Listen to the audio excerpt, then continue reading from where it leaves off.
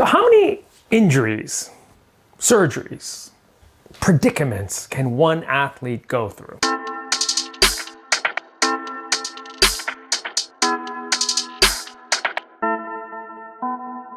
I'm Doc Feisel, orthopedic surgeon with Move Smarter Health. We are sponsored by an educational grant from Kinesi Movement. I love sports. I love talking about injuries. I take care of shoulder and knee injuries, and I operate and treat on them. And please consider this an educational, informative video only. Here we go. Now, we've talked about a number of athletes that have survived multiple injuries. We've talked about Lindsey Vonn. We've even talked about Tiger Woods before. We're talking about Tiger Woods today in the context of multiple injuries, multiple recoveries, incredibly long career span, and yet still playing, working out, and doing what an athlete loves to do. And somehow still doing it. It's pretty remarkable. I mean, we saw how Lindsey Vonn survived, incredible athlete. Then we see how Tiger Woods survived, incredible athlete. But you also see the differences, right? I mean, every athlete recovers and functions differently. Some athletes have a different pain personality. Some athletes have a different recovery personality and a recovery pattern, and overall, just whatever's happening in their lives are different, and it can affect how they actually recover from injury. How much do they get degenerative joint arthritis? Do they get chronic pain? And how do they deal with pain? So the pain response behavior, which we tend to call it, can also cause factors. I mean, there's so much we understand, and then also a lot we don't know about chronic pain management, the history of how pain medications were used before and how they're used now, what you can use, what you shouldn't use, what you sometimes have to use. You know, like if you just have a major surgery that reconstructed your open tibia fracture, you're gonna need pain medications of some sort. And then that can lead to problems as well. If you have a car crash and you end up having multiple surgeries, and then you're gonna have some recovery from that.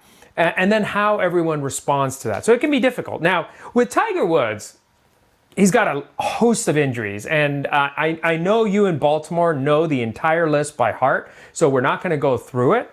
But which limb hasn't he injured or hurt or had some type of treatment on, including his spine, right? So he's had spine. I know some time back we've done an episode regarding Tiger Woods, and even in this channel on the spine. And does he have degenerative joint disease? Well, I would say that there's post-injury, post-traumatic, post-surgical, post-degenerative disc, degenerative trauma disorders happening. And without, being a treating physician or surgeon for Tiger Woods, which I'm not, I'm providing this in a framework of context, I would say that the odds are, if he's had problems in his spine before, it's been a number of years since the treatment, surgery, and or care, then the odds are he's developing or has developed some degree of degenerative disc disorder, degenerative joint arthropathy, arthritis, various terms. The difference being arthropathy is an imaging radiographic finding where we see evidence of bony cartilage irregularities and joint space changes that put it into the sort of category of some type of an arthritis, but you're defining it as an arthropathy because arthritis includes the symptoms. So that's the difference. Arthritis is actually joint pain. So if someone has arthritis, that means they have arthropathy and joint pain, not necessarily exactly. So you could have a normal looking joint and have some type of arthritides, which is just sort of the general moniker of symptoms relating to joint. And then you can have pain. Like you can have juvenile rheumatoid arthritis, normal looking joint, early detection, and you have pain in your joint that's not explained by trauma, fitness, athletic activities, or injuries, and then you can have some type of a syndrome, and that gets defined. And so you could have no arthropathy, but have arthritis. And you can have arthritis but have no arthropathy. Whoa, doesn't that blow your mind? It's like right when I was just going, man. So arthropathy and arthritis. There's a disparity and a conformity and irregularities, and they can be convergent and divergent and an entire matrix of symptoms and problems and identifications and results. And there can be overlap. You could have lots of different overlap and conditions that include one or both types of arthritides or arthropathies. Okay, so now that we got that sort of definition in place, how does someone deal with chronic pain? That's tough. There's PTSD. I've seen a lot of PTSD. I mean, I treated a number of veterans over the years, and PTSD is tough. And I think when you first experience a patient or an individual with PTSD, you're not actually sure how to understand or appreciate what's going on, because sometimes the symptoms and their response behavior and their reactions just don't always, I'll just say, jive with your natural understanding of what's going on. And even though we're trained in many aspects of care, we're not the ones experiencing it. And so listening to the patient, understanding where the patient's coming from is critical. And so aside from PTSD, there's so many other pain syndromes. There's entire specialties around chronic pain management. And so we have to appreciate that when it comes to chronic pain, you can't just classify that as black and white.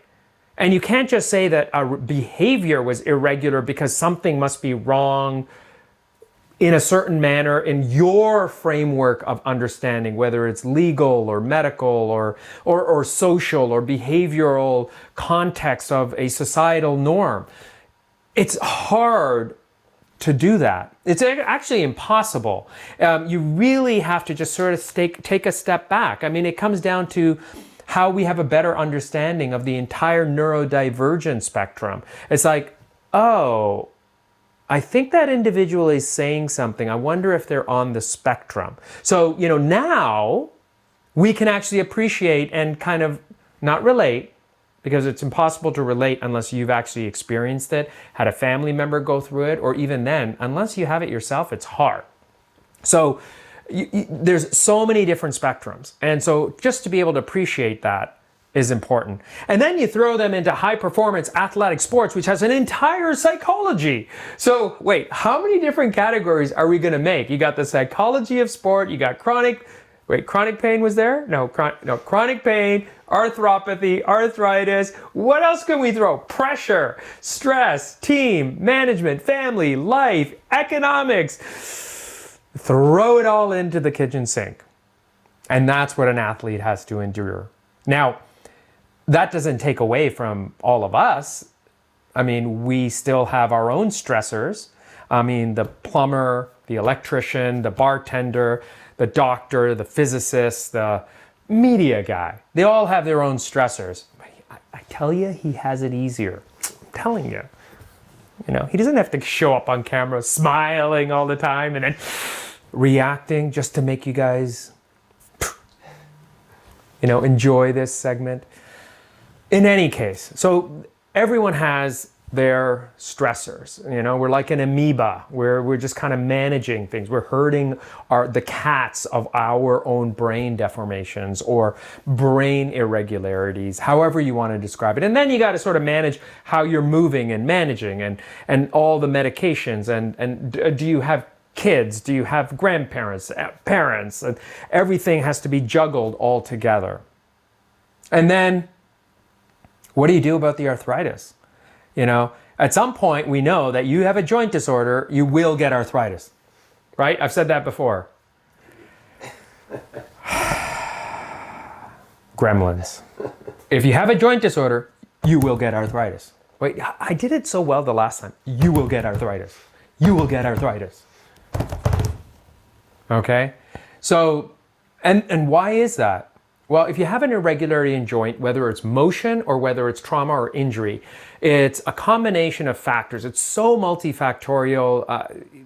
you can't just explain it in a quick segment. But let's just say there's the lubrication, the smoothness, the joint space, the overall balance and kinematics of it. The easiest way to think about it is you throw a ball bearing off, or even one of those bushings or pivoting arms of a robot, or a calibration or suspension arm, ball and socket joint, whatever you think about. Think about all the stressors around it. There's the bushings, the grease, the smoothness, the shape, the forces, the pounding, the twisting, the torquing.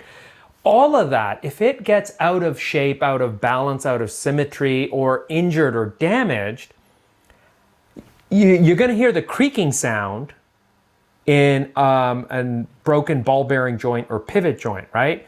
You hear the squeak in your car, you hear the squeak in the fridge and the wheels and the casters and the chair, all of that, right? So that's the same way your joint reacts. And if you wear it, irregular surface, like if I take something like really sharp, like say diamond or something hard like a rock, and scratch across this smooth, pristine, fake marble. I know you think it's real, but it's not. It's fake, right? It's not going to be as smooth. And so this phone won't glide. I know it's got a case on it. So there's another thing, friction. So what's the coefficient of friction of this casing against smooth, fake marble, right?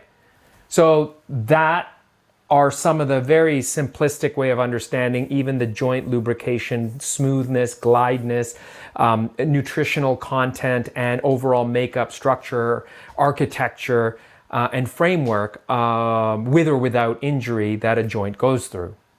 So arthropathy, arthritis can progress, will happen. Everyone has a different pain response. And that's joints in a nutshell. So enjoy. Okay, one question. Yeah. Could there be for somebody who's had multiple spine surgeries, Yeah. could there be a worse sport to play in your late 40s than golf? Oh, yeah. You can always think of a later sport, like Formula One racing. That'd be bad on the back? What's that? That what? Is that bad on the back?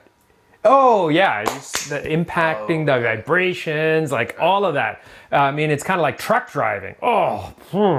There's a certain frequency where people have studied that you get joint disorders based on the frequency. So that people have worked on car mechanics and overall, seat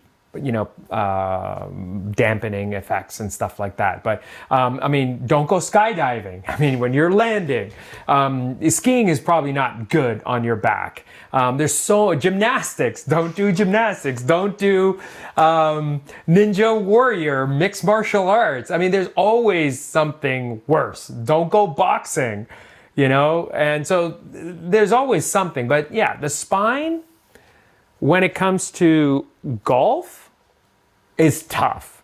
I think tennis is easier because what happens with tennis mechanics is as you get older, you end up just not using the spine or your core as much, and then you can just rely on just tapping it. And then the mechanics of the tennis racket, similarly with golf, the golf clubs are better. So you'll see older experienced golfers that have figured out how to function is they just do almost like a chip shot and the ball goes exactly where they want it.